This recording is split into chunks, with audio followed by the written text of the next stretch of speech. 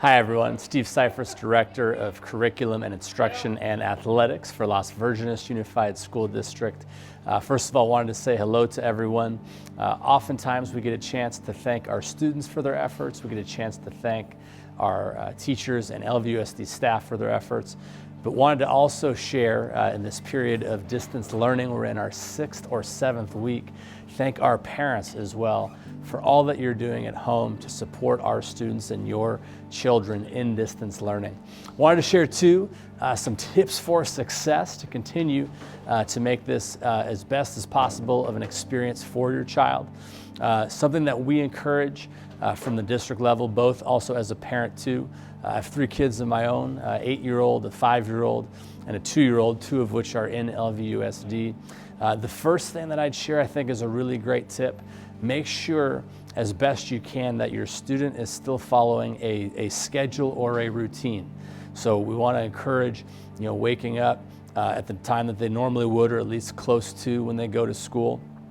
For those of you who have younger students at home, think about kind of building a schedule that models what they have at school. So for example, 8:30 to 10 o'clock is learning time. Have some built-in breaks. Remember that during the school day, they've got recess, they've got lunch, so they have breaks. Make sure you provide those at home as well. Make sure you get them outdoors too, so make sure you've got an hour of physical exercise incorporated as well. Try to make it as fun as you can to model what you would typically see in a school day, but remember, the student and your children typically have a lot of breaks and a lot of opportunities for movement, so make sure you incorporate that in the home as well. Within that schedule, the second thing that I'd encourage, so even though you have a structured schedule, you want to provide flexibility as well. As an example of what that might look like, give your student or give them the option. For example, would you like to complete your science work right now, or would you like to do your math or your art? Giving them that choice and giving them that autonomy is shown, research shows it's really going to enhance their engagement.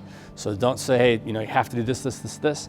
Just make sure that you give them some choices and really encourage that flexibility. If you do that, you'll typically find that they're more excited about completing that work.